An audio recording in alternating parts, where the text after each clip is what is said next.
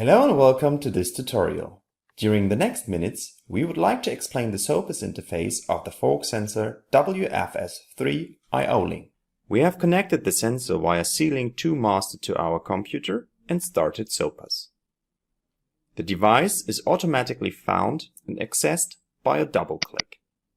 If the question occurs how you want to display the interface, please click Yes. 3 tabs are displayed: Identification, Settings, and Teach In. Clicking on Identification, the general information about the sensor is shown. Double-click the application-specific name and enter a name of your choice. In this case, we choose Tutorial 1.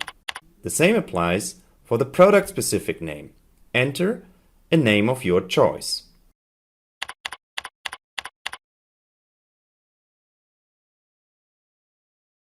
The lower part of the menu shows information like version and IO link details. If you click on the button Find Device, the device itself will start blinking and you can easily retrieve the device inside your machine.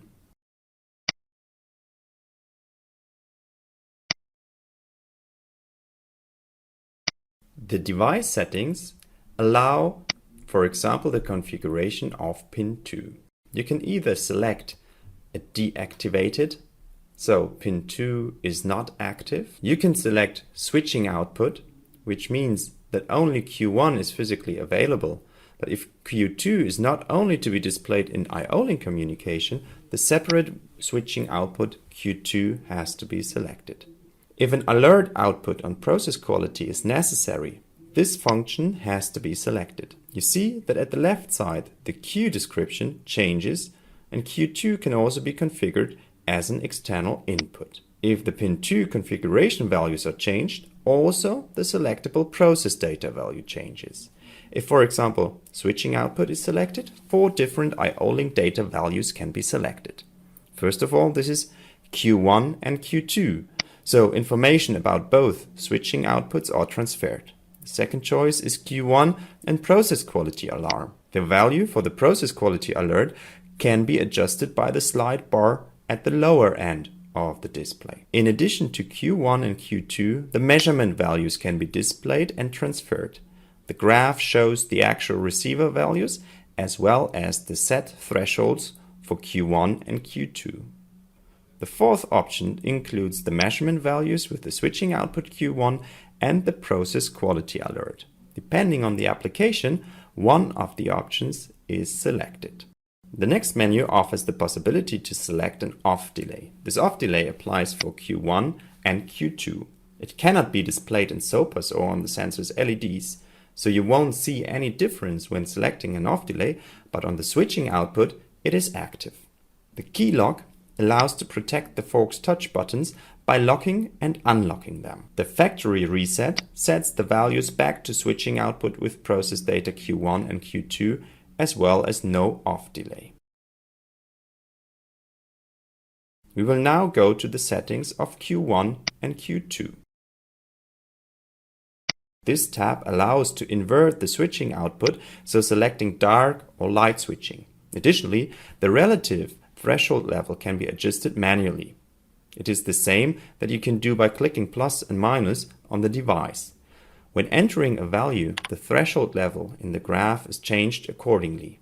Please note that the value that is adjusted is the relative threshold level, referring to the set values between received light with and without object. This is different to the display signal value in percentage, which you see at the left.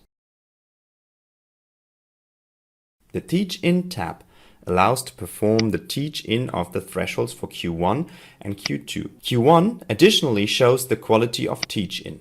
There are 3 ways of how to do the teach-in: either dynamic, 1-point, or 2-point teach. When clicking on dynamic teach, the process starts and at least 3 labels shall be moved through the fork's light spot.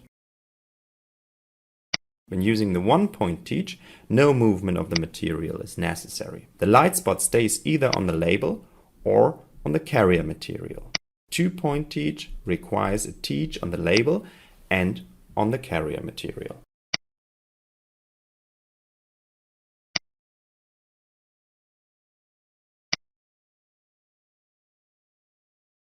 The tab Job Assurance allows to save current settings and to load them again on the device. These jobs can be exported and imported as well. Clicking on Saving the job allows to give a certain name to the job and store it. It stores the values for the two thresholds, the switching characteristics, and the quality of teach. Exporting the job saves the file as a WFS file and can be imported by SOPAS running on any other computer. Any WFS file that has been saved before can be imported by clicking on Import and selecting the file. You see that several jobs can be saved under one file name. To load the job in the sensor, click on Load Job. These are the main features of the WFS SOPAS interface. I hope you liked the tutorial and hope to hear you soon. Bye.